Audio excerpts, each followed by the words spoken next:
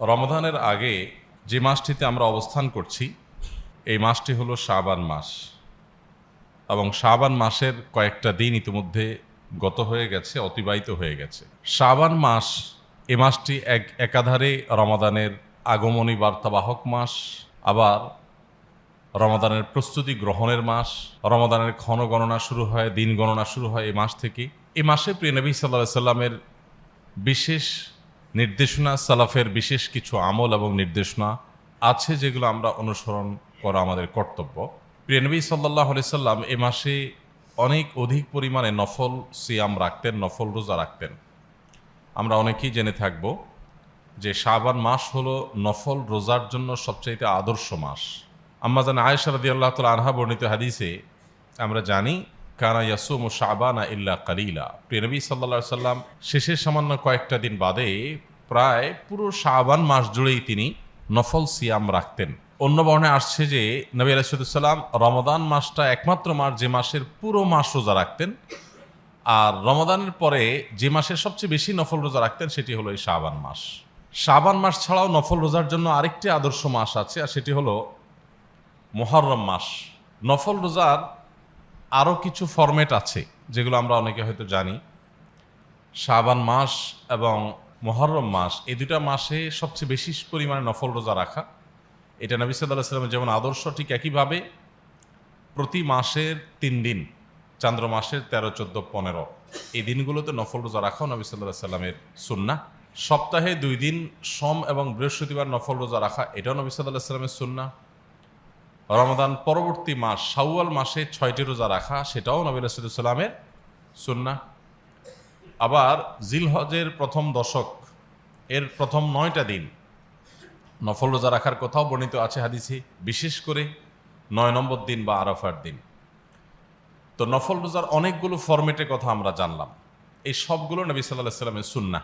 একাধারে পুরো রমাদান মাস এর বাইরেও আমরা জানলাম যে আরও বিভিন্ন মাসে, প্রতি সপ্তাহে, বিভিন্ন মৌসুমে অনেকগুলো নফল রোজা নবী সাল্লাল্লাহু আলাইহি ওয়াসাল্লাম রাখতেন। আমরা নফল সিয়াম রাখবো আল্লাহর নৈকট্য লাভের জন্য, ওইটাই হলো সিয়ামের উদ্দেশ্য। কিন্তু পাশাপাশি এর যে আরো অনেক উপকারিতা আছে এটা আজকাল আমরা বুঝতে পারছি।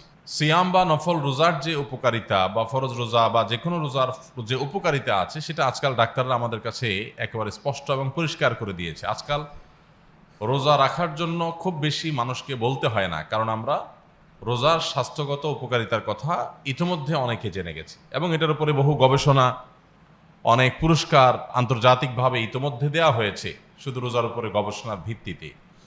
আমরা জানি যে আমাদের সুস্থভাবে বেঁচে থাকার প্রয়োজনে, আমাদের শরীরের অতিরিক্ত চর্বি ইত্যাদি এগুলো বার্ন করার প্রয়োজনে এবং সুস্বাস্থ্যের জন্য আমাদের মাঝে মাঝে ফাস্টিং করতে হয়। ডাক্তাররা ফাস্টিং করতে বলে। এই যে না খেয়ে থাকা মাঝে মধ্যে, এটা স্বাস্থ্যের জন্য যে খুব দরকারি একটা জিনিস, সেটা এখন আলহামদুলিল্লাহ আমরা সবাই জানি। কিন্তু নবী সাল্লাল্লাহু আলাইহি ওয়াসাল্লাম বহু আগে বলে গেছেন, ডাক্তাররা গবেষণা করে সেটা অনেক পরে জানছেন, তিনি বহু আগে বলে গেছেন। তিনি যখন বলে গেছেন তখন আমরা হয়তো এর বাহ্যিক উপকারিতা বুঝি নাই যে কি লাভ হবে, কিন্তু পরবর্তীতে আমরা বৈজ্ঞানিক গবেষণার মাধ্যমে বুঝলাম, জানলাম যে তার সে নির্দেশনাগুলোর মধ্যে প্রভূত আমাদের স্বাস্থ্যগত উপকারিতাই আছে এবং মূল উদ্দেশ্য তো হবে আল্লাহর সন্তুষ্টি। স্বাস্থ্যের জন্য তো আর আমরা রোজা রাখবো না, কিন্তু সেই কাজটি করলে আমাদের বহুবিধ জাগতিক এবং আমাদের স্বাস্থ্যগত নানান দিক থেকে কল্যাণ এবং উপকারিতার দিক আছে, সেটি বোঝা গেল। এই জন্য নফল রোজা রাখতে আমাদের কার্পণ্য করা উচিত না। আমরা এখনো অনেকে আছি যে রোজা রাখতে আমরা ভয় পাই, আমরা মনে করি রোজা রাখা কষ্টের। মূলত এটি আমাদের অনভ্যস্ত হওয়ার কারণে মনে হয়। যারা নিয়মিত নফল রোজা রাখেন তাদের অনেকে আছেন যে এক সময় সারাদিন না খেয়ে থাকবেন এটা চিন্তাও করতে পারতেন না। এরকম ভোজন বিলাসী বহু মানুষ আছে যারা একটু পরপর খাওয়া দাওয়া করতে পছন্দ করতেন, কিন্তু নফল রোজা রাখা শুরু করেছেন, ফরজ রোজার অভ্যাস করেছেন, একটা সময় তার কাছে রোজাটা খুব স্বাভাবিক ব্যাপার হয়ে গেছে। তো এই জন্য প্রয়োজন হলো সৎ সাহসের, আর কিচ্ছু না। সৎ সাহস এবং হিম্মত করে যদি আপনি শুরুটা করে দেন, তাহলে আজ নয় কাল, কাল নয় পরশু আপনি দেখবেন যে একটা সময় আপনার অভ্যাস হয়ে যাবে, নফল রোজা রাখা আপনার কাছে পানির মতো সহজ হয়ে যাবে। এবং এর মধ্যে আমাদের আখিরাতের কল্যাণ আছে, আমাদের দুনিয়ার কল্যাণও আছে। আল্লাহ রাব্বুল আলামিন আমাদেরকে এই মাসে বেশি থেকে বেশি নফল রোজা রাখার তৌফিক দান করুন। প্রিয়নবী সাল্লাল্লাহু আলাইহি ওয়াসাল্লাম শাবান মাসে বেশি বেশি নফল সিয়াম কেন রাখতেন? এই প্রশ্নের উত্তর খোদ তার কাছ থেকে আমরা জানতে পারি। তিনি দুটি কারণ উল্লেখ করেছেন তিনি কেন এই মাসে বেশি বেশি নফল রোজা রাখতেন। আর এর বাইরে আরও বহুবিধ কল্যাণ আছে এই মাসে বেশি নফল রোজা রাখার। তার মধ্যে আমরা আরও দুটি কারণ উল্লেখ করব, চারটি কারণ। নবী করিম সাল্লাল্লাহু আলাইহি ওয়াসাল্লাম নিজে যে দুটি কারণ উল্লেখ করেছেন সেগুলোই হলো মূল। তার প্রথমটি হলো তিনি বলেছেন, যাকা শাহরুন ইয়াগফুলুন নাস বাইনা রজাবা ওয়া রমাদান। শাবান মাসটি এমন একটি মাস, এই মাসের আগের মাসটি হলো রজব মাস আর পরের মাসটি হলো রমাদান মাস। তো রমাদান এবং রজব দুই পাশে দুইটা ফজিলতপূর্ণ মাস। রমাদান বছরের শ্রেষ্ঠ মাস, সবচেয়ে সেরা মাস ইবাদতের জন্য, আর রজব মাস সেটা সম্মানিত 4 মাসের একটা। তাহলে এই শাবান মাসটা হলো সাধারণ একটি মাস, এর দুই প্রান্তে দুটি ফজিলতপূর্ণ মাস থাকার কারণে রজব মাস সম্মানিত মাস হিসেবে ইমানদাররা সেটার আলাদা কেয়ার করে, ওই সময়ে বিশেষ ইবাদতের যত্ন হয়, ইবাদতের বিশেষ যত্ন নেয়। আবার রমাদান মাস বছরের শ্রেষ্ঠ মাস হওয়ার কারণে সে মাসে তো সারা বছরের সবচেয়ে বেশি ইবাদতবন্দি করার চেষ্টা করে। মাঝে পড়ে এই সময়টাতে মানুষ অবহেলা করে সময় কাটায়। অনেকেই আছেন যে কোরআনে কারিম এটা তিনি রমজান আসলে পড়া শুরু করবেন, সেজন্য এখন থেকে এইম নিচ্ছেন, প্রস্তুতি নিচ্ছেন, কিন্তু এই মাসে আর তিনি পড়ছেন না। তিনি অপেক্ষায় আছেন কবে চাঁদ দেখা যাবে তখন তিনি শুরু করবেন। অনেকেই আছি আমরা দান দক্ষিণা অন্যান্য ইবাদত বন্দেগী সবগুলো আমরা তোলা রেখে দিয়েছি, রমজান কবে আসবে তখন আমরা শুরু করব। তো মাঝে পড়ে এই সময়টাতে মানুষ গাফেল থাকে, উদাসীন থাকে। আর আমাদের সামাজিক প্রেক্ষাপটে যেটা হয় যে রমাদান আসলে আমরা কি খাবো না খাবো, ইফতারিতে সাহারিতে সেগুলোর প্রস্তুতি এখন থেকে আমরা শুরু করে দেই। তো এই মাসটি মাঝে পড়ে যেহেতু অবহেলিত, নবী সাল্লাল্লাহু আলাইহি ওয়াসাল্লাম বলেছেন সেজন্য আমি এই মাসে বিশেষভাবে নফল রোজা রাখি। কারণ অবহেলিত সময়ে, অবহেলিত জায়গায়, অবহেলিত ক্ষেত্রে ইবাদত বন্দিগি বা যে কোনো বিষয়ে বিশেষ ফোকাস দেওয়া, মনোযোগ দেওয়ার আলাদা একটা তাৎপর্য আছে। যেমন একজন সাধারণ শ্রমিক, দিনমজুর, একজন রিক্সা চালক, একজন খেটে খাওয়া মানুষ, তাকে হয়তো আগ বেড়ে কেউ গিয়ে সালাম দেয় না।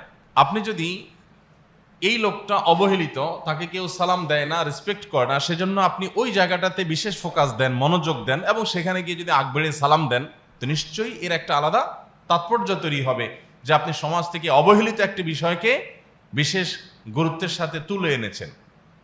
এটি যেরকম একটা তাৎপর্য আছে। আমরা ভোর রাতে যখন ঘুমিয়ে থাকি সবাই, ওই সময় উদাস, অলস এবং ঘুমন্ত অবস্থায় আমরা যখন থাকি, ওই সময়টাতে উঠে কেউ যদি তাহাজ্জুদ পড়ে, আল্লাহর কাছে দোয়া করে, সেটা আলাদা তাৎপর্য তৈরি হয়। কারণ অবহেলিত সময়টাতে তিনি বিশেষ ইবাদতে মাশগুল হয়েছে। একটা জায়গা সবাই পরিষ্কার রাখে, কিন্তু একই প্রতিষ্ঠানের কিছু কিছু জায়গা, এই জায়গাতে কেউ নজর দেয় না, পরিষ্কার করে না, ময়লা হয়ে থাকে। আপনি ওই জায়গাগুলো বিশেষ করে যত্ন নিলেন এবং পরিষ্কার করলেন, এটা একটা আলাদা আবেদন তৈরি হয় যে আপনি ওই সবাই যেটার প্রতি অমনোযোগী সেটার প্রতি আপনি কেয়ার করেছেন। একজনকে সবাই টাকা দেয়, আপনি যাকে কেউ দেন আপনি খুঁজে তাকে নিয়ে দিলেন, নিশ্চয়ই একটা আলাদা গুরুত্ব তৈরি হয়।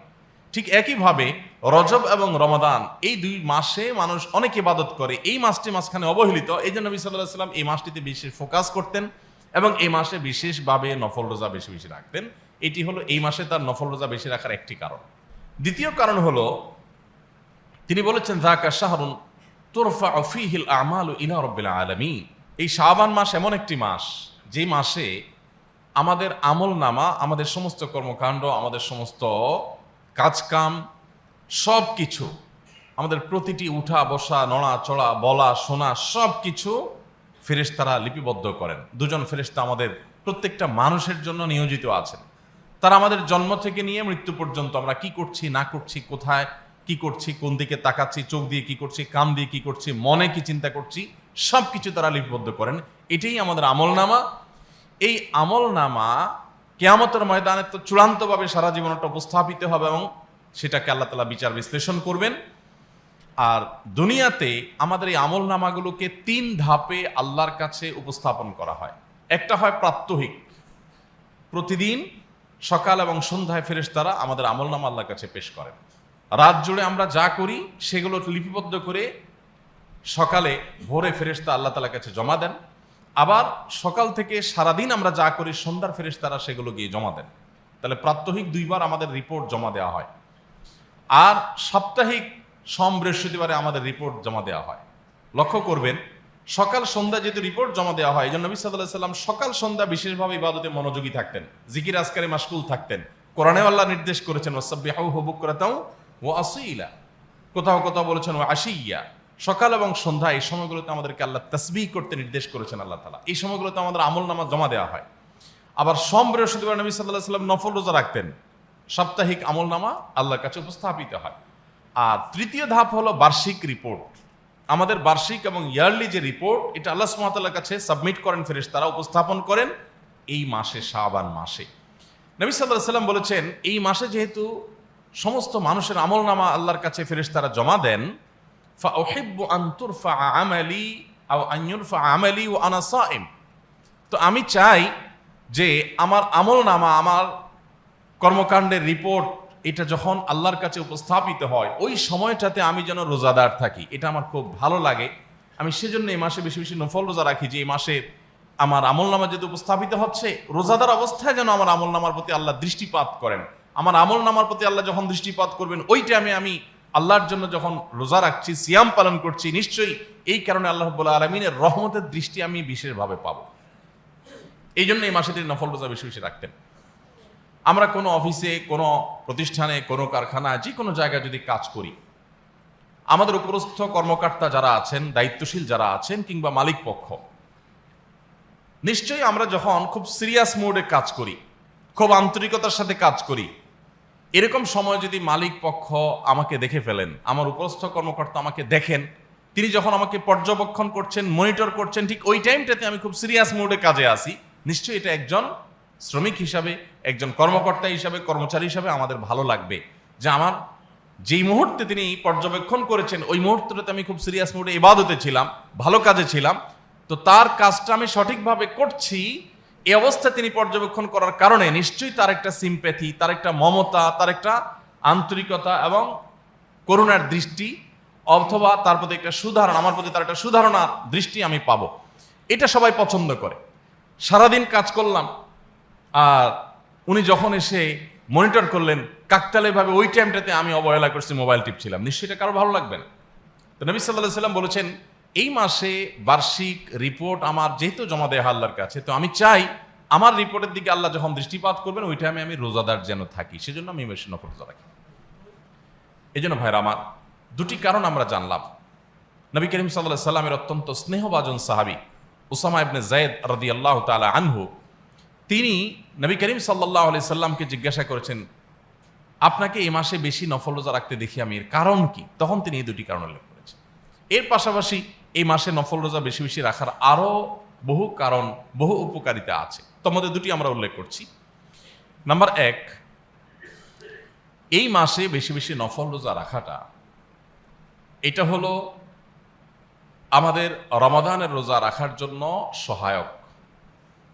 কারণ আমরা অনেকেই যারা সারা বছর ধরে রোজা রাখতে অভ্যস্ত না, হঠাৎ করে রমজান মাসে যখন রোজা শুরু করে দেই, তখন নতুন যে আমাদের খাদ্যাভ্যাস, আমাদের যে দৈনন্দিন রুটিনে একটা পরিবর্তন, নতুন একটা শিডিউল তৈরি হয়, ভোর রাতে উঠে খানা খাওয়া, যেটাতে সাথে আমরা অভ্যস্ত না সারা বছর, অনেকের শরীরের সাথে এটা শুট করে না, অনেকে অসুস্থ হয়ে পড়ে। তো এরকম পরিস্থিতিতে দেখা যায় যে অনেকের জন্য রোজা রাখাটা কঠিন হয়ে যায়।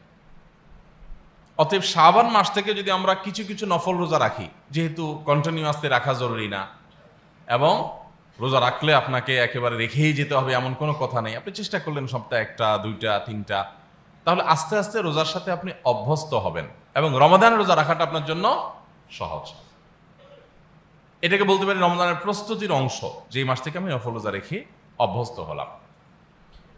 চতুর্থত, আরেকটি উপকারিতার দিক এই রমাদান মাসের আগে শাবান মাসে নফল রোজা রাখার, সেটা হলো আমরা জানি আমরা যে 5 ওয়াক্ত নামাজ পড়ি, এই 5 ওয়াক্ত সালাতের 2 রকমের ফরম্যাট আছে।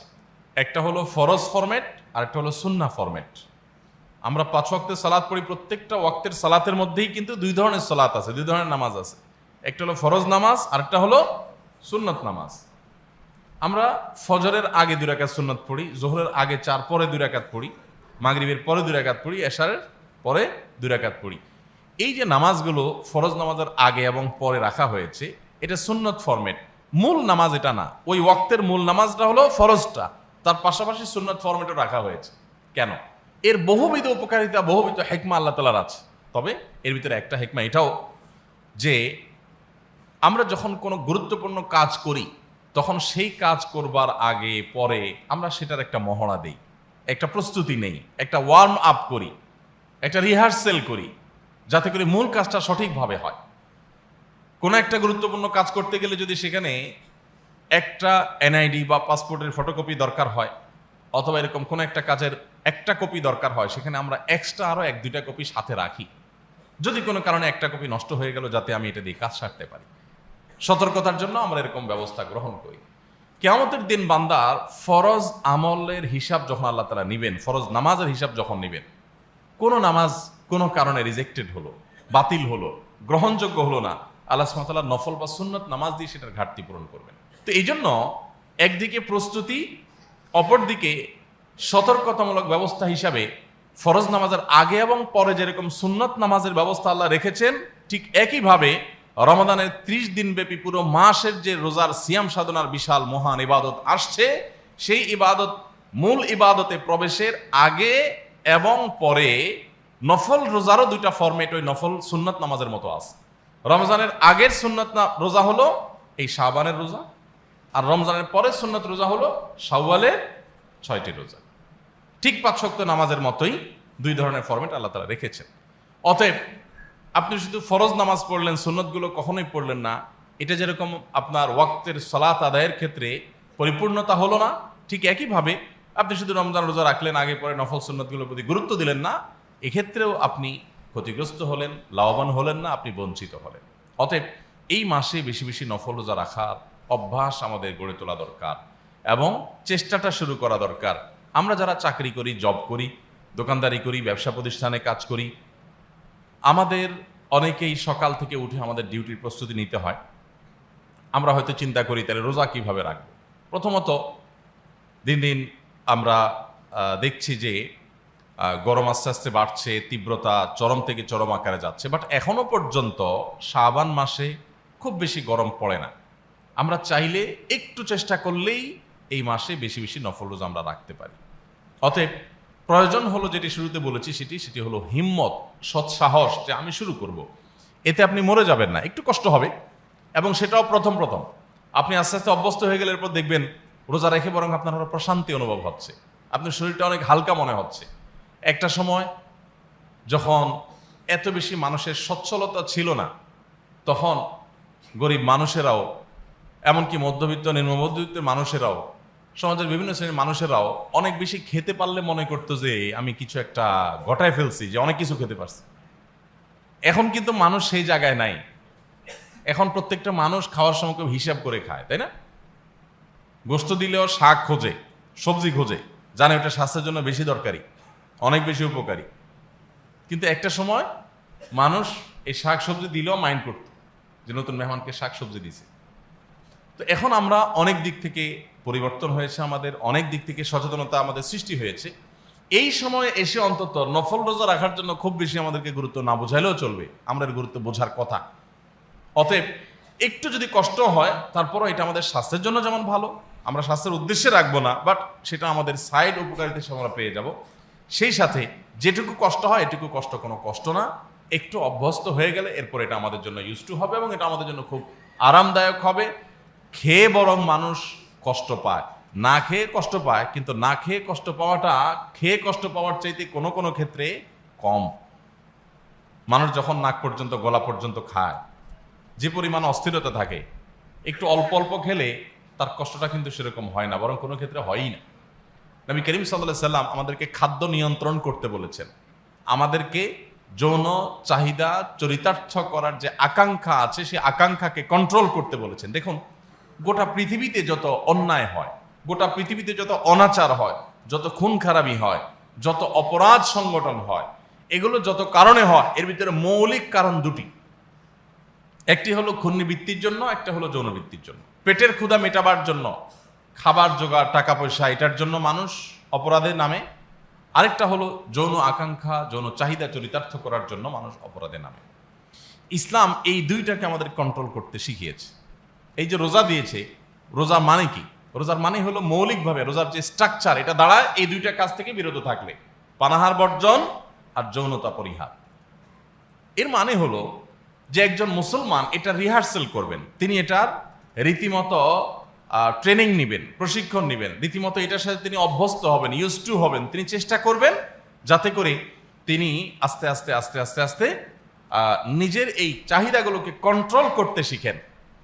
তিনি রোজা রেখে তার ক্ষুধার্ত, খাবার খেতে ইচ্ছা করছে, পিপাসার্ত, পান করার দরকার আছে, বাট তিনি করছেন না।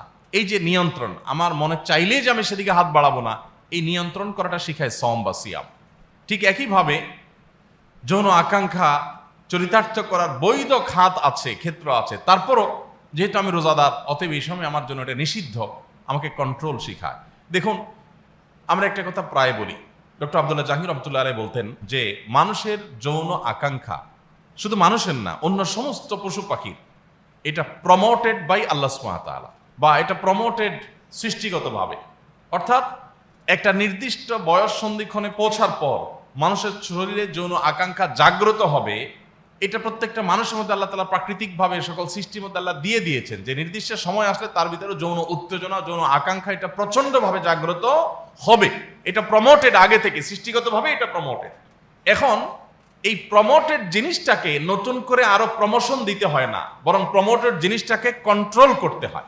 যে কোনো জিনিস যদি আগে থেকে প্রমোটেড থাকে সেটাকে কন্ট্রোল করতে হয়। একটা গতিশীল গাড়িকে নিয়ন্ত্রণের চিন্তা করতে হয়, এটার গড়ি আরো বাড়ানোর চিন্তা করতে হয় না। একটা গতিশীল গাড়ি এমনি গতিতে আছে, পেছন থেকে যদি আপনি আরেকটা গাড়ি দিয়ে ধাক্কা দেন তো অ্যাক্সিডেন্ট করবে। বরং গাড়ি গতিতে উঠে গেছে, এখন সবার দায়িত্ব, ড্রাইভারের দায়িত্ব হলো গাড়ি কিভাবে কন্ট্রোলে থাকে সেই চেষ্টা করো। আল্লাহ সুবহানাহু ওয়া তাআলা সেজন্য দেখবেন ইসলামে যত বিধিবিধান দিয়েছে, আমরা অনেকেই আপত্তি তুলি যে হুজুরদের আর খেয়ে খেয়ে কাজ কাম নাই, এটা হারাম, ওইটা হারাম, এটা করা যাবে না, ওইটা করা যাবে না, যত সব বাধা বিপত্তি, যত সব গন্ডগোল, যত সব নিষেধাজ্ঞা আর ঝামেলা, এসব মৌলবি সাহেবরা পাতায়। আল্লাহ রাব্বুল আলামিন আমাদের কল্যাণ চান, সেজন্য আল্লাহ তাআলা আমাদেরকে নিষেধ করেন। একজন শিশু, একজন কিশোর, সে তার ভালো মন্দ সব ক্ষেত্রে বোঝে না, বোঝার কথা না। এই জন্য তার অভিভাবক, তার মা বাবা তাকে নিষেধ করে, বাবা এটা করা যাবে না, অমুকের সাথে ঘোরা যাবে না, অমুকের সাথে চলা যাবে না, অমুক জায়গায় যাওয়া যাবে না। এই বাচ্চা, অনেক ক্ষেত্রে এই বাচ্চারা দেখবেন কিন্তু মা বাবার প্রতি চরম বিরক্ত। প্রত্যেকটা ঘরে ঘরে দেখবেন বাচ্চারা মা বাবার প্রতি বিরক্ত, কারণ যত বাধা বিপত্তি সব কে দেয়? এই মা বাপই দেয়। বাহিরের মানুষজন, আঙ্কেলরা বাধা টাধা দেয় না, বরং সিগারেট ধরালে কেউ বলে যে আগুন লাগবে কিনা বাবা, কারণ তার তো হেডেক নাই, সে তাকায়ও না। একটা কিশোর, সে ধূমপান করবে, মাদকের দিকে চলে যাবে, শত শত হাজারো মানুষ তাকিয়ে থাকবে, তার দিকে মনোযোগ দিবে না, কারণ তার তো এখানে বিশেষ কোনো আগ্রহের জায়গা নেই, এই জন্য সে তাকায় না। কিন্তু তার মা বাপ যদি দেখে, তাহলে তো পারলে তারা আস্ত গেড়ে ফেলবে, এমন অবস্থা। এখন বাচ্চার মনে হয় যে যত সব আপত্তি বিপত্তি সব আমার মা বাপের, এই জগতে আর তো কেউ আমার তো বাধা বিপত্তির মুখোমুখি করে না, সব বাধা বিপত্তি এই লোকগুলো করে, তাহলে এরাই মনে আমাদের শত্রু। এরকম একটা ভাব বাচ্চাদের দেখবেন মা বাবা করে, চরম বিরক্ত, তাই না? অথচ আমরা সবাই জানি যে মা বাবার চাইতে আপন বাচ্চার জন্য আর কেউ নাই। মা বাবা তাকে ভালোবাসা দেখেই কিন্তু তার জন্য ওই যে বিধি নিষেধগুলো একটা পর একটা আরোপ করে, কারণ এগুলো তার জন্য ক্ষতি করে, তারা জানেন এবং ভালোবাসেন দেখে যে কোনো মূল্যে সেখান থেকে বিরত রাখার চেষ্টা করে। ঠিক একইভাবে আমাদের মহান মালিক আল্লাহ রাব্বুল আলামিন, আমাদের মহান সৃষ্টিকর্তা, তিনি জানেন আমরা কোন পথে গেলে এর শেষ মাথায় কি থাকবে, গর্ত থাকবে নাকি ফুলের বাগান থাকবে, সেটা আল্লাহ তাআলা জানেন। আমরা সবকিছু জানি না। মানুষ এক্সপেরিমেন্ট চালায়, মানুষ পরীক্ষা চালায়, মানুষ অভিজ্ঞতা অর্জন করার চেষ্টা করে নিজের বুদ্ধি বিবেক দিয়ে।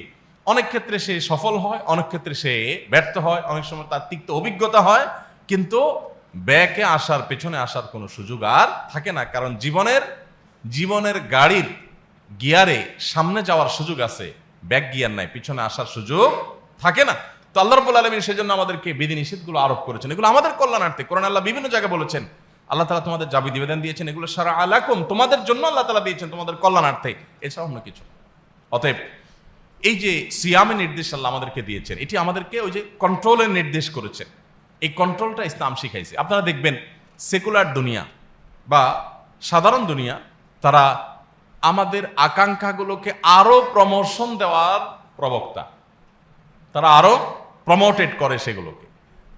সেটা যৌনতা বলেন, সেটা খাদ্য খাবার বলেন, সবকিছু মার্কেটিং, প্রচারণা, বিলবোর্ড, আপনার বিজ্ঞাপন, নানা রকমের প্রচার করো, যত ভালো ভালো রসালো খাবার আছে, আপনার মুখে পানি আসার মতো খাবার আছে, যত আইটেম আছে, এগুলো যত বেশি প্রদর্শন করতে পারো, বিশেষ করে আপনার এই বর্তমান পৃথিবীতে, মুক্তবাজার অর্থনীতির পৃথিবীতে, তথাকথিত আধুনিকতার এই পৃথিবীতে, এই প্রচারই প্রসার, এই স্লোগানের উপরে ভিত্তি করে সব কিছুকে যত আকর্ষণীয় হবে, যত লোভনীয় হবে, সব কিছুকে প্রচার করে দেওয়ার প্রবক্তা হলো আজকের এই সভ্যতা, আজকের এই সমাজ। ইসলাম সেটা বলে না।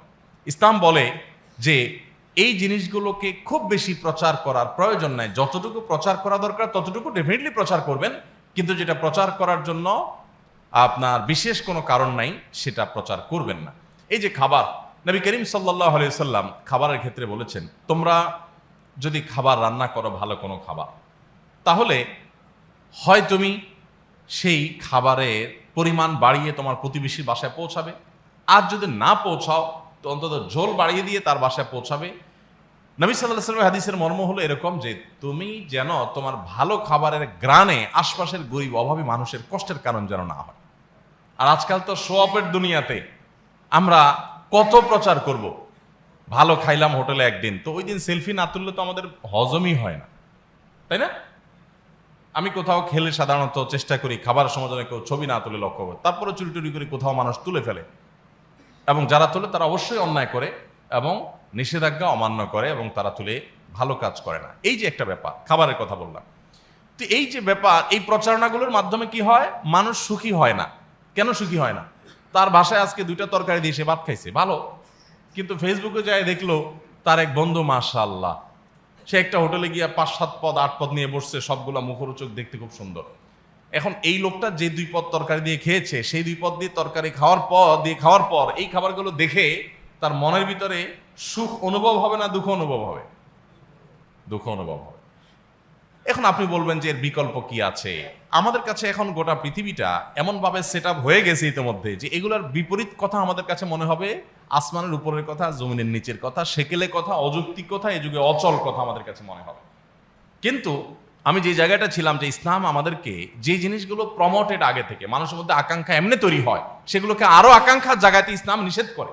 কারণ এতে সমাজ অশান্ত হয়, মানুষ অসুখী হয়, দুঃখের পরিমাণ মানুষের আরো বাড়ে, কারণ প্রমোটেড জিনিসটাকে আরো প্রমোশন করা হয়। এমনিতেই মানুষের ভিতরে লোভ আছে, এমনিতে মানুষের ভিতরে চাহিদা আছে চরম পর্যায়ে, আকাঙ্ক্ষা আছে চরম পর্যায়ে। এগুলোকে যদি আপনি আরো নানাভাবে বাড়াইতে থাকেন, তখন কি হবে? তখন মানুষ যতটুকু সুখে আছে ততটুকু সুখে সে সুখী মনে হবে না, সে মনে হবে আরে আমার চাইতে অমুক আরো দুঃখী। কিছু জিনিস তো আছে লুকানো যাবে না, সমাজের যার সুখ আছে এটা তো মানুষ দেখবেই, কিন্তু কিছু জিনিস আছে যেগুলো চাইলে আমরা একান্ত ব্যক্তিগত পর্যায়ে রাখতে পারি, কিন্তু সোশ্যাল মিডিয়ার এই যুগে ব্যক্তিগত পর্যায়ে বলতে কিছু আর নাই। এবং এতে কি হয়? মানুষের মধ্যে লোভ বাড়ে, মানুষের মধ্যে আকাঙ্ক্ষা বাড়ে, মানুষ সুখী মানুষের নিজেকে সুখী মনে হয় না। আরেকটা দিক, একইভাবে যৌনতার বিষয়টা, যে আপনি দেখেন এমনিতে একটা নির্দিষ্ট বয়সে মানুষের মধ্যে যৌন আকাঙ্ক্ষা জাগ্রত হয়, এরপর আপনি বিজ্ঞাপনের নামে, নিউজের নামে, বিভিন্ন নামে আপনি কি করলেন? আপনি সংক্ষিপ্ত পোশাকের মেয়েদেরকে উপস্থাপন করলেন, রিসিপশনের দায়িত্ব নামে সেখানে আপনি যৌনতার আবেদন করলেন। আপনি প্রত্যেকটা সমাজের রন্ধ্রে রন্ধ্রে, খাজে ভাজে, কোনায় কাঞ্চিতে, সব কিছুতে আপনি শুধুমাত্র যৌন উত্তেজনা সৃষ্টি হয়, যৌন আকাঙ্ক্ষা জাগ্রত হয়, সেরকম আয়োজন সব জায়গায় রেখে দিলেন। টেলিভিশনে তাকাবেন, দেয়ালে তাকাবেন, পোস্টারে তাকাবেন, পেপার পত্রিকায় তাকাবেন, বিজ্ঞাপনে তাকাবেন, তথাকথিত নাটক সিনেমায় তাকাবেন, আপনি সাহিত্য পড়ার নাম করে উপন্যাস পড়বেন, আপনি পরীক্ষা দিয়েছে শিক্ষার্থীরা সে নিউজ পড়তে যাবেন, সেখানেও ইচ্ছাকৃতভাবে ওই মেয়েদের ছবিগুলোকে সামনে আগে আনা হয়। এবার প্রত্যেকটা ক্ষেত্রে আপনি সমাজটাকে এমনভাবে দাঁড় করিয়েছেন যে মানুষের ভিতরে এমনিতেই তো তার ভিতরে আকাঙ্ক্ষা জেগে আছে, সেটাকে আরো আপনি জাগ্রত করছেন, সেটাকে আরো উত্তেজিত করে দিচ্ছেন। ফলে কি হচ্ছে? দুর্ঘটনা বাড়ছে, সে নিজেকে নিয়ন্ত্রণ করতে পারছে না, নানা রকমের আপত্তিকর ঘটনা ঘটছে, ধর্ষণের মতো ঘটনা ঘটছে, নারী নিগ্রহের মতো ঘটনা ঘটছে, পাশবিক নির্যাতনের মতো ঘটনা ঘটছে, নানা রকমের অন্যায় অনাচার হচ্ছে। কারণ আপনি সৃষ্টিগতভাবে প্রমোটেড যে আকাঙ্ক্ষা এমনিতেই উত্তেজনা চরমে থাকে, সেটাকে আরো উত্তেজিত করে আপনি তাকে বিপদগামিতার পথে নিয়ে যাচ্ছেন। ইসলাম বলে সেগুলোকে তোমরা কন্ট্রোল করো, সেগুলো তোমরা নিয়ন্ত্রণ করো। আপনি সেগুলো একটা উস্কে দিয়েছেন। এখানে পরিষ্কার 2টি পথ, একটা আল্লাহর একটা শয়তানের, পরিষ্কার 2টা পথ, একটা আল্লাহর পথ আর একটা শয়তানের পথ, একটা জান্নাতের পথ আর একটা জাহান্নামের পথ। জাহান্নামের পথ, এই পথটা দেখতে অনেক চকচকে, এই পথটা দেখতে অনেক সুন্দর, এই পথটা দেখতে অনেক জাঁকজমকপূর্ণ, এই পথটায় মানুষ যেতে অনেক আগ্রহ বোধ করে। এই পথটা যেন আপনি যেতে পারেন, এজন্য বিহাইন্ডে, ভেতর থেকে শয়তান আপনার পেছনে কাজ করে এবং সে আপনাকে উত্তেজিত করে। আপনার শরীরের রক্তে, মাংসে, অস্থি, মজ্জা মিশে যাওয়ার ক্ষমতা আল্লাহ তাকে দিয়েছেন। সে সেভাবে মিশে যায় এবং মিশে গিয়ে আপনাকে নানাভাবে প্রভাবিত করে। আপনার ঈমানের শক্তি, আপনার বিবেক বিবেচনা বোধ, কোরআন হাদিসের নির্দেশ, আল্লাহর রাসূল এবং নবীগণের ওয়ারিস ওলামায়ে কেরাম, তারা আপনাকে সতর্ক করে জান্নাতের পথে আনতে চেষ্টা করেন। কিন্তু আল্লাহ তাআলা গোটা কোরআন জুড়ে ইতিহাস দিয়েছেন। আপনি কোরআনের শুরু থেকে শেষ পর্যন্ত খুলে দেখেন, দেখবেন মানব ইতিহাসের শুরু থেকে আজও পর্যন্ত সকল সমাজে, সকল সভ্যতায়, সব জায়গায়, সব যুগে মানুষ নবীদের কথা, রাসূলদের কথা, আল্লাহর কথা, কোরআন হাদিসের কথা, জান্নাতের দিকের আহ্বান, এটাতে খুব কম সংখ্যকই সাড়া দিয়েছে। সব যুগে আপনি কোনো যুগে দেখাতে পারবেন না যে সমাজের বিপুল পরিমাণ মানুষ নবী রাসূলদের কথা শুনেছে, কোনো কালেই না। আজকে আমরা অনেকে মনে করি যে হুজুরদের দুর্দশা, বেচারারা এত চিল্লাচিল্লি করে, কেউ তাদের কথা শুনে না, পাত্তা দেয় না। এই ভ্যালেন্টাইন ডে নিয়ে হুজুররা এত কিছু বললো, কই কিছু কি থামছে? হুজুরদের কথা কে শুনে? এমন একটা ভাব আমরা অনেকে জাহির করি যে হুজুরদের কথা কে শুনে। ভাইরা আমার, এখানেই হলো চমক। এই কে শুনে, এর মধ্যে লুকায়িত আছে সত্য এবং অসত্যের পথের মূল সূত্র। সকল যুগে নবী রাসূলদেরকে এই কথাই বলা হয়েছে। আপনি কোরআন খোলেন, কোরআন তো আজকের জিনিস না, নাজিলি হয়েছে 1450 বছর আগে, হাজার হাজার বছর আগের পুরো ইতিহাস এখানে আছে কোরআনে। প্রতি পাতায় পাতায়, সূরায় সূরায় আপনি দেখবেন কোরআনে একই ইতিহাস। আমি বিশেষ করে এই রমাদানের তারাবির সারসংক্ষেপ বইটা লিখতে গিয়ে কোরআনের শুরু থেকে শেষ পর্যন্ত নিবিড়ভাবে প্রতিটা পাতায় পাতায় আলাদা করে একটু বিশেষ মনোযোগ দিয়ে যে পড়ার সুযোগ হয়েছে, আমি তখন আমার উপলব্ধি জাগ্রত হয়েছে। সুবহানাল্লাহ, গোটা কোরআন পড়লে একদিক থেকে মনে হয় যে হায় হায়, এই সব তো তথাকথিত আমরা যেটাকে সাফল্যের মানদণ্ড মনে করি, যে অমুক দাঁড়াইছে আর গোটা এলাকার সব মানুষ তার পক্ষে হই হই রই রই চলছে, এত ফলোয়ার্স, এত ফ্যান, এত তার ভক্ত। কোরআনে তো এর উল্টাটা দেখি। প্রত্যেক পাতা পাতা যত ঘটনা আছে, সব ঘটনাই দেখবেন যে ঘটনাগুলো বাহ্যিকভাবে মনে হয় বেদনাদায়ক, খুব দুঃখজনক। কেন? কারণ নবীরা এসেছেন, দাওয়াত দিয়েছেন, মানুষ তাদের ডিনাই করেছেন, তাদের হত্যা করেছেন, লাঞ্ছনা করেছে, অপমান করেছে, গালিগালাজ করেছে, হেও করেছে। বলছে তোমাদের কথা কে শুনে? ওমান আরাকাত্তাবাআকা ইল্লাল্লাযীনা হুম আরাদিলুনা বাদিয়ার রাই, কোরআনের আয়াত, যে তোমাকে তা কি শুনবো? আমি দেখি সমাজের অশিক্ষিত পাগল ছাগলরা তোমার কথা শুনে, আমরা ভাড়া ছাগলরা তোমার কথা শুনি না। যুগে যুগে সমস্ত কাফিররা এইভাবে বলেছে। আজকে যারা মনে করছেন যে হুজুরদের কথা কে শুনে, আরে হুজুররা কত কিছু বলে, সমাজ দেশকে হুজুরদের কথা চলে কিনা। এটাই হলো আপনার সত্য এবং অসত্য, এটাকে অনুসন্ধান করে বের করে আনার মূল সূত্রটা, যে যাদের কথা কেউ শোনে না এরা নবীদের ওয়ারিস। নবীদেরকে এই একই কথা বলা হয়েছে যুগে যুগে। যারা বলেছে ওরা ইতিহাসের আস্থা করে নিক্ষিপ্ত হয়ে গেছে, ওদের নামটা পৃথিবীতে নেওয়ার মানুষ নাই, নবীদের মা স্বর্ণের অক্ষরে তাদের নাম এখনো জলজল করে উজ্জ্বল এবং জ্বলে সারা পৃথিবীতে। আমি একটা কথা প্রায় বলি, পৃথিবীর বয়স বিজ্ঞানীরা বলে লক্ষ লক্ষ কোটি কোটি বছর। যাই হোক না কেন, কোরআন তার কোনো নির্দিষ্ট ফিগার বলে দেয় না যে এত বয়স পৃথিবী। যেটাই হোক না কেন, হাজার হাজার হোক, লক্ষ লক্ষ হোক, যত বছর বয়স হোক না কেন, পৃথিবীর ইতিহাসের শুরু থেকে আজও পর্যন্ত আপনি একটা উদাহরণ আমাকে দেখাতে পারবেন না যে আল্লাহদ্রোহী, আল্লাহর প্রতি অবিশ্বাসী কোনো মানুষ অমর হয়েছে। অর্থাৎ হাজার হাজার বছর পর আজও পৃথিবীতে সে প্রাসঙ্গিক, সে প্রশংসিত, সে বরিত, সে সরিত, সে স্মরণীয়, তাকে শ্রদ্ধা করে, তাকে ভালোবাসে, মানুষ ধারণ করে, মানুষ তাকে রেসপেক্ট করে, মানুষ তাকে ফিল করে, মানুষ তাকে মিস করে, মানুষ তাকে রেসপেক্ট করে। এরকম একজন মানুষ পৃথিবীর ইতিহাসে দেখাতে পারবেন না। হোক সে রাজা, হোক সে বাদশাহ, হোক সে মহারাজা, হোক সে ক্ষমতাধর, হোক সে কোনো খেলোয়াড়, হোক সে অনেক বড় কোনো সেলিব্রিটি, হোক সে অনেক বড় সম্পদশালী, হোক সে অনেক বড় প্রভাবশালী, এমন একজন মানুষ আপনি দেখাতে পারবেন না যে মানুষটা আল্লাহর প্রতি অবিশ্বাসী ছিল, আখিরাতের প্রতি অবিশ্বাসী ছিল, আল্লাহদ্রোহী ছিল, আর পৃথিবীতে সে তথাকথিত অমর হয়ে আছে। এরকম একজন মানুষ আপনি দেখান আমাকে। কিন্তু আপনাকে আমি শত শত মানুষ দেখাতে পারবো যারা পৃথিবীতে ছিলেন যখন, তখন কেউ তাদের পাত্তা দেয় নাই, কেউ তাদের কথা শুনে নাই, কেউ তাদের গণে নাই, তাদেরকে নানাভাবে অপমান অপদস্থ করেছে, সমাজে হেয় করে রেখেছে, কোণঠাসা করে রেখেছে, দামিয়ে রাখার চেষ্টা করা হয়েছে, অবহেলা করা হয়েছে, অপমান করা হয়েছে, গালমন্দ করা হয়েছে। সমাজ তাদের দাম দেয় নাই, কোনো মূল্য দেয় নাই, কোনো পাত্তা দেয় নাই। আইন করার সময় তাদের জিজ্ঞাসা করে নাই, শাসন করার সময় তাদের জিজ্ঞাসা করে নাই, কোনো কাজে তাদেরকে পাত্তা দেয় নাই। সেই মানুষগুলো হাজার হাজার বছর অতিক্রম হওয়ার পরও পৃথিবীতে তাদের নাম ভাস্বর হয়ে আছে, তাদের নামের নাম এখনো পাওয়া যায়, তাদের প্রশংসা এখনো শোনা যায়, তাদের গুণকীর্তন এখনো করা হয়, তাদের ভালোবাসা বুকে ধারণ করা হয়, তাদের প্রতি শ্রদ্ধা মানুষ নিবেদন করে। এরকম মানুষ যদি পান, হাজার হাজার আপনাকে দেখাতে পারবো। এরা সবাই হলেন আল্লাহর প্রতি বিশ্বাসী, আখিরাতে বিশ্বাসী, যারা মনে করেছিল যে এই মানুষগুলো এক সময় হারিয়ে যাবে, কারণ এদের তো ফলোয়ার কোনো শিক্ষিত নাই, সমাজের এডুকেটেড মানুষরা না, এদের সমাজ ফলোয়ার তো সব অশিক্ষিত মানুষেরা। তো তারা বরং পৃথিবীর ইতিহাস থেকে হারিয়ে গেছে, অমর হয়ে আছে সেই নবীগণ, সেই রাসূলগণ, আল্লাহর প্রিয় বান্দাগণ, আল্লাহর ওয়ালিগণ, নেককারগণ, ইসলামের ইতিহাসের মহান ব্যক্তিত্বগণ। আর বাকি যারা আল্লাহ দ্রোহী ছিল, তারা পৃথিবীতে এদের তুলনায় কখনো অমর হয় নাই। তারা হয়তো কিছুকাল তাদেরকে স্মরণ করা হয়েছে, কিন্তু একটা সময় হারিয়ে গেছে। আপনি ফেরাউনের কথা বলেন, আপনি হামানের কথা বলেন, আপনি নমরুদের কথা বলেন, আপনি কারুনের কথা বলেন, আপনি আবু জাহালের কথা বলেন, আপনি আবু লাহাবের কথা বলেন, আপনি আদম আলাইহিস সালামের ছেলে কাবিলের কথা বলেন, আপনি এভাবে নূহ আলাইহিস সালামের অবাধ্য জাতির কথা বলেন, আপনি ইব্রাহিম আলাইহিস সালামের অবাধ্য জাতির কথা বলেন। আজ তাদের নাম নেয়ার মতো মানুষ পৃথিবীতে নাই, শুধু নবী রাসূলটাই আছে। আল্লাহ সুবহানাহু ওয়া তাআলা এই কথাটা কোরআনে বলেছেন, আম্মা যাবাদু ফায়াযহাবু জুফাআ ওয়া আম্মা মা ইয়ানফাউন নাস ফায়ামকুতু ফিল আরদ। পানির উপরে যে বুদবুদ থাকে, যে ফেনা থাকে, এই ফেনা আমরা যখন বালতিতে ওয়াশিং পাউডার মিশাই, অথবা স্রোতের পানি যখন স্রোতে চলতে থাকে, কোথাও এসে আশ্রয় খায়, আসার পরে তখন আমরা দেখি তার উপরে ফেনার বিশাল বড় লেয়ার পড়ে যায়, তাই না?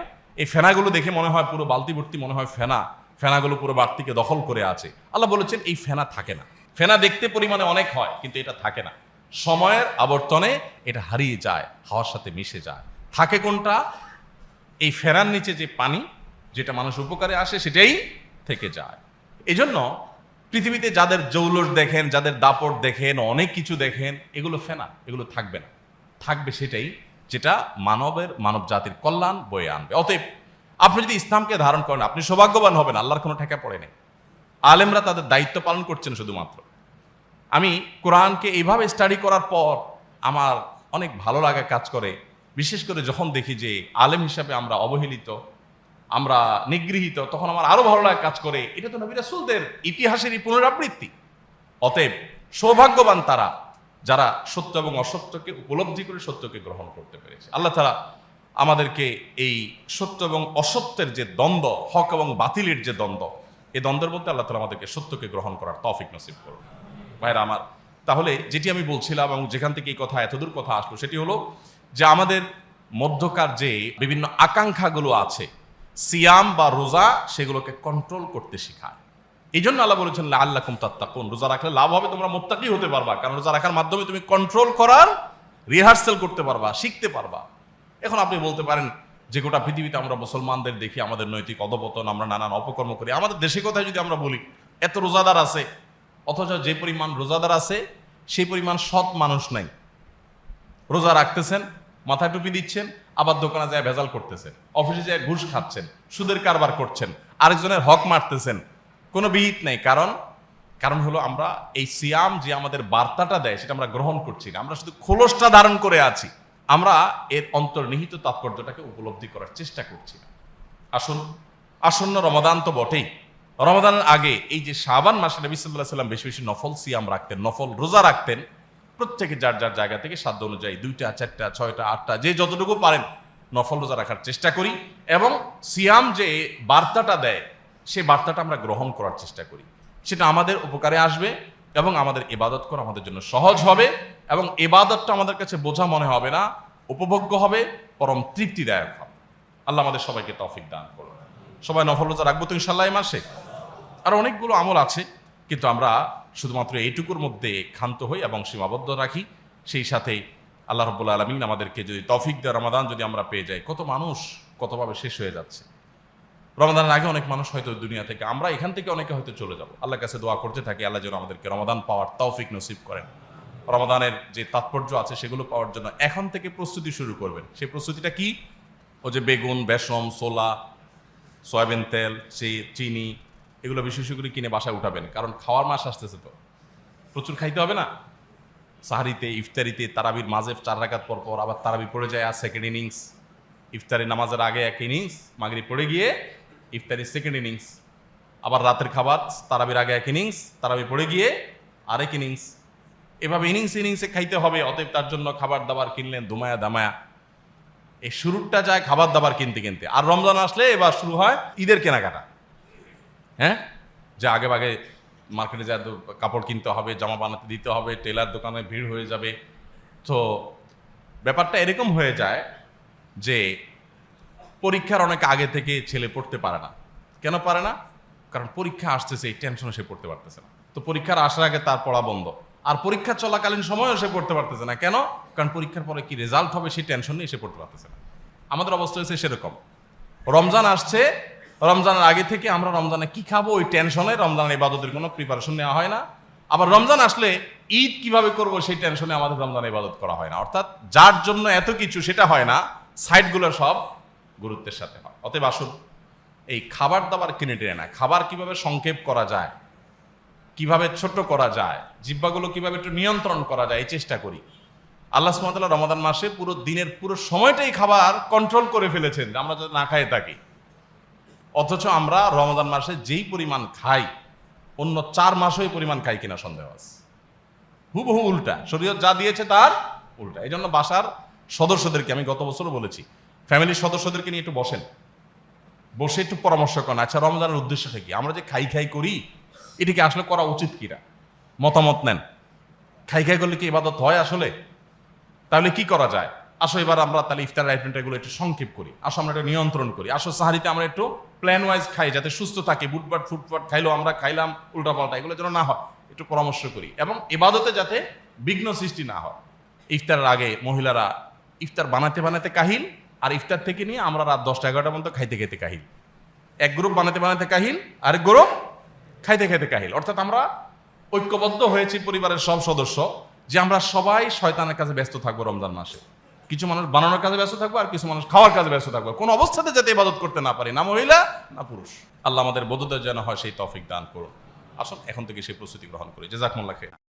আস-সুন্নাহ ফাউন্ডেশন, উম্মার স্বার্থে সুন্নাহর সাথে।